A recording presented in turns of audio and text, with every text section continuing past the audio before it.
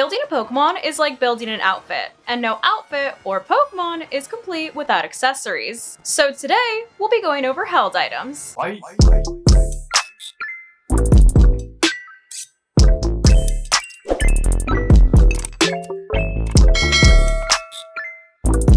Personally, I like to break up held items into two main categories, offensive and defensive. Offensive items are those that help your Pokemon do more damage in battle, while defensive items are those that help your Pokemon stay on the field longer. Easy enough, right? So let's start off by going over some of the more popular offensive items. Some of the most popular items that you'll see on offensive Pokemon are Choice Items, Life Orb, Clear Amulet, and Booster Energy. Choice Items are items that lock you into a single move, but increase the amount of damage your Pokemon does by 50% or increases their speed by 50%. Choice items include Choice Band, which increases the holder's attack, but only allows them to use a single move, Choice Scarf, which increases the holder's speed, but only allows them to use a single move, and Choice Specs, which increases a holder's special attack, but only allows them to use a single move. These items are great for Pokemon that want to do big damage, as these boosts in attack or speed allow you to pick up some immediate KOs that may just change the trajectory of the battle.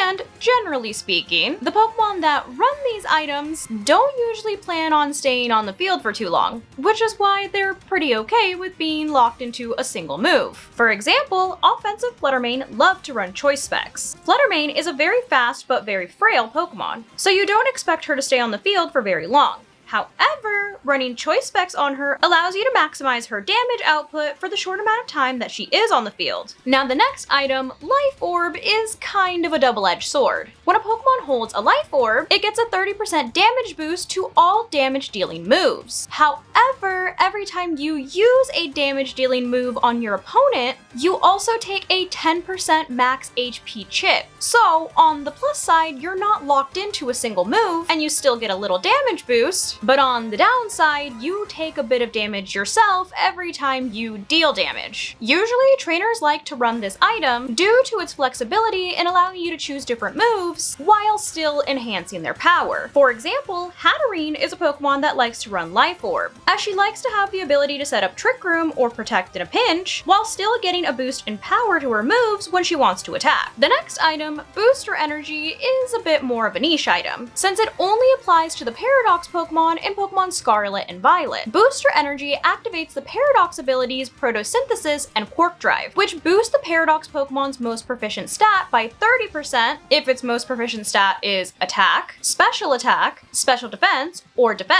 or by 50% if its most proficient stat is Speed. Usually, these abilities are only activated by the Sun or Electric Terrain, respectively. So this item allows you to boost the Paradox Pokemon stats outside of these field effects. For example, some people would rather boost Fluttermane's speed than her special attack, so they opt to run Booster Energy to boost her speed outside of the Sun, so no need to run a Choice Scarf on her to boost her speed either, which once again gives you the flexibility you need to select different moves. The last offensive item that we'll touch on for today is Clear Amulet, which works a little differently than the previous items we went over, as it doesn't necessarily help you do more damage, but protects your Pokemon from having its stats lowered by the opposing Pokemon's ability, like Intimidate, which lowers attack. Trainers often like to run this item on physical Pokemon like Koraidon, for literally that exact reason, to avoid their attack getting dropped by Intimidate. This way, Koraidon can stay at full power throughout the battle, and not have to worry about any pesky Incineroars. There are, of course, some more niche items, such as type boosting items that increase a power of a move that matches its typing, like Arceus's Plates, which boosts the power of moves that match the plate's type, Mystic Water, which boosts water-type moves, or Miracle Seed, which boosts grass-type moves, consumable items like Throat Spray that boosts special attack after using a sound-based move but can only be used once, and even items like Loaded Dice that make multi-hit moves hit more times in a row. But we can go more in depth on these more niche items at a later date. Otherwise, this video might be a few hours long. So for now, let's move on to defensive items. Some of the most popular defensive items are Leftovers, Citrus Berry, Assault Vest, Focus Sash, Safety Goggles, and Eviolite. Leftovers is a fan favorite for bulky Pokemon, as the holder's HP is slowly but steadily restored throughout a battle. For example, you'll often see trainers use Leftovers on a Pokemon like Terapagos, who tends to stay on the field for a long time due to its large HP stat, ability, and Calm Mind increasing its special defense. Another item that helps to restore HP is Citrus Berry. When your Pokemon's HP falls below 50%, it will eat its berry and restore 25%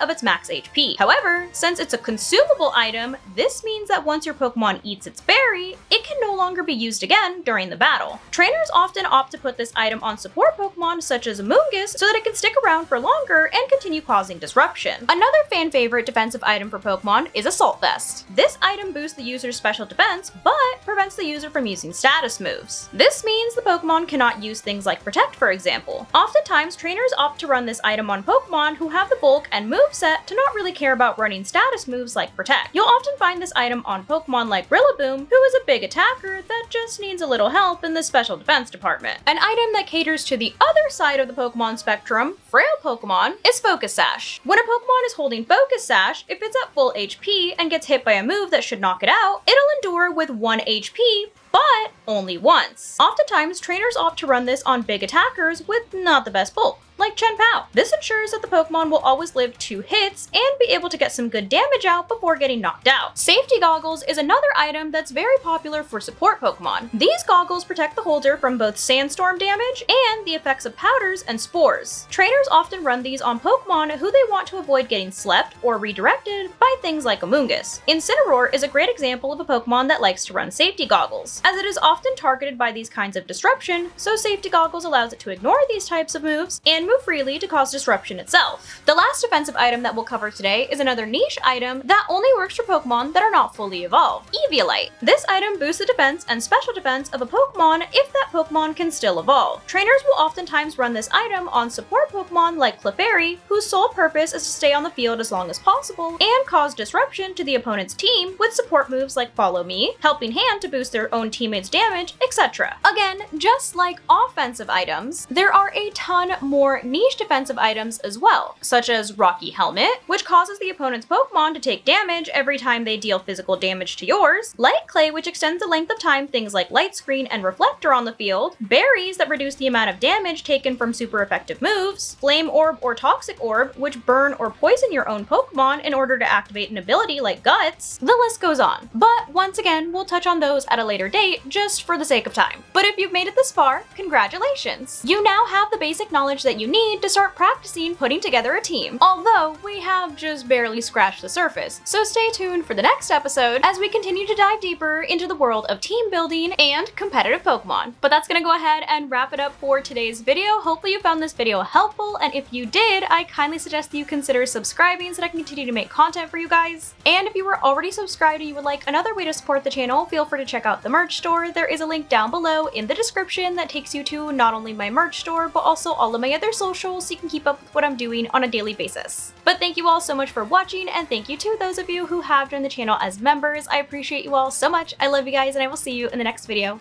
Bye guys!